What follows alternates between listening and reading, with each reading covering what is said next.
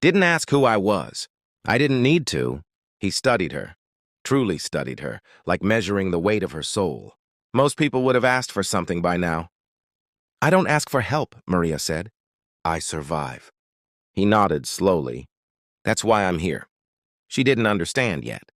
She couldn't, because the waitress who never asked for help had just stepped into a world where help came whether you wanted it or not, and refusing it could be just as dangerous as accepting it.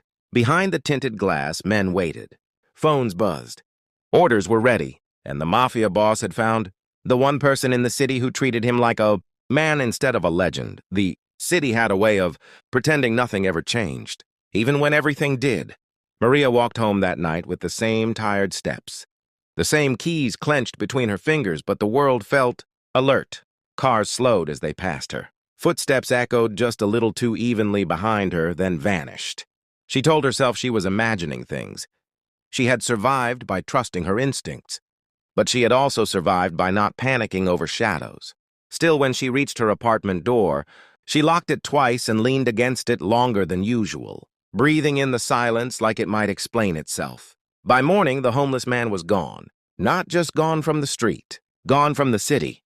The park bench where he had sat was empty, the alley cold and abandoned, the diner's doorway untouched by his presence. It was as if the night had swallowed him whole and erased the evidence. Maria asked herself why that bothered her. He had been a stranger. A brief moment, a good deed, and yet his absence felt louder than his presence had ever been. At the diner, rumors moved faster than orders. Someone said a man had been pulled into a black car at dawn. Someone else whispered about police sirens that never showed up on the news. The cook swore he saw men in suits closing down a block near the river. Maria said nothing. She poured coffee and listened, her thoughts drifting back to the calm in his voice. The way he had said her name like it mattered. That afternoon, a fight broke out 2 streets away. Not the kind that drew crowds, quick, efficient, violent.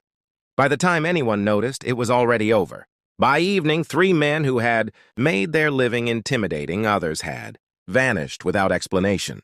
No arrests, no bodies, just silence. The city noticed that kind of silence.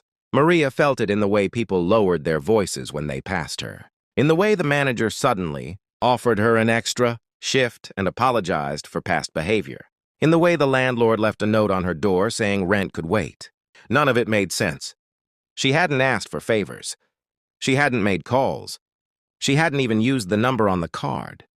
That night, the news ran a brief segment, unconfirmed, reports of organized crime restructuring.